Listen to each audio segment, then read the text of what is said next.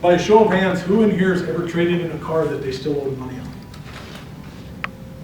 If you've ever traded in a car that you owed money on, you leased it without the benefits of the lease. So when you lease, you pay two things. You pay for the depreciation,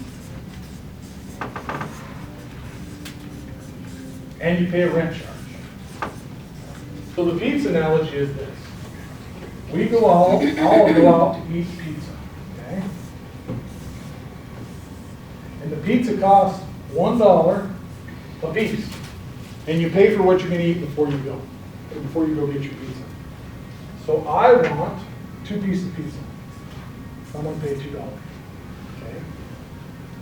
Now the residual of that piece of pizza, because they're $8, the residual of that piece of pizza is $6. Okay? Because it's $8 for the whole. That's how much it's worth at $1 a slice.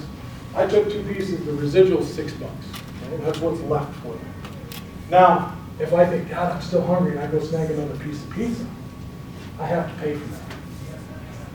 That's excess mileage. Okay? That's an illustration of putting more miles on than you bought. I leased a Highlander 3 years ago. Okay? They bought 45,000 miles. So their residual was based on 45,000 miles. The car came in with 62,000 miles. He's like, we're going to have to buy this thing out. We drove way more miles. Their residual, I'm going to use this as scratch paper. Their residual was $20,400 based on 45,000 miles. Came in almost 20,000 extra miles on it. Their car was worth $24,500 in the market. So even though they drove almost 20,000 extra miles, they didn't pay the penalty because the car was worth more than the residual.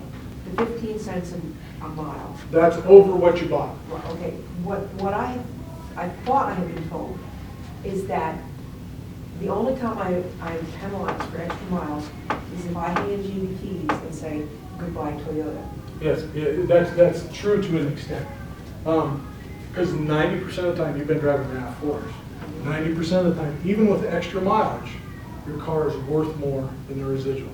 Your truck, and I see this on Tundras all the time, it's obscene what these Tundras are worth.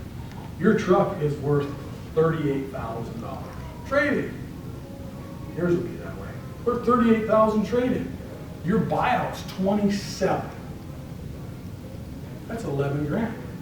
Yeah, you can buy it for that. You're buying it so far below market. If you wanted to do that, I wouldn't fault you. But in that scenario that I just mentioned, you could take that cash ticket in your pocket and buy another one.